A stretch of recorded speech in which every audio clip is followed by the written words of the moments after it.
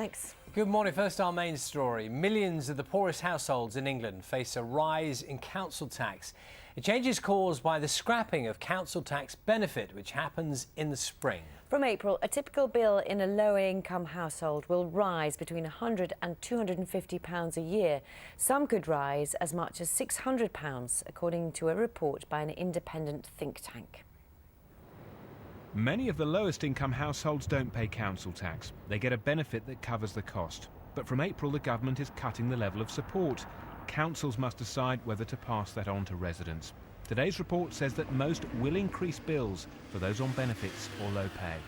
Families we're talking about who are on very low incomes have faced stagnant wages over the last decade, rising costs of living, and they're now facing ongoing cuts to tax credits and other support. So I think to ask them to pay what in some cases are soaring increases in their council tax at this point in time doesn't strike me as particularly realistic. Council tax benefit is claimed by around 5 million households in England. For many, it's enough to cover the whole bill. But in April, the benefit is being cut by 10%. And many families will have to find between £100 and £250 extra. The government says well-run councils are not asking the poorest residents for anything like that much, but finding other ways to raise the money.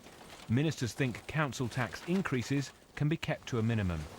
They have to protect pensioners.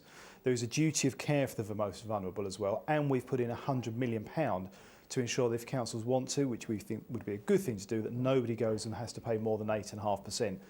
Many councils are already looking at keeping the scheme that's already in place. But a few councils are asking low-income households for more than 20% of full council tax, or several £100s a year, an amount opponents of the policy say the families will struggle to pay. Mike Sargent, BBC News. In half an hour here.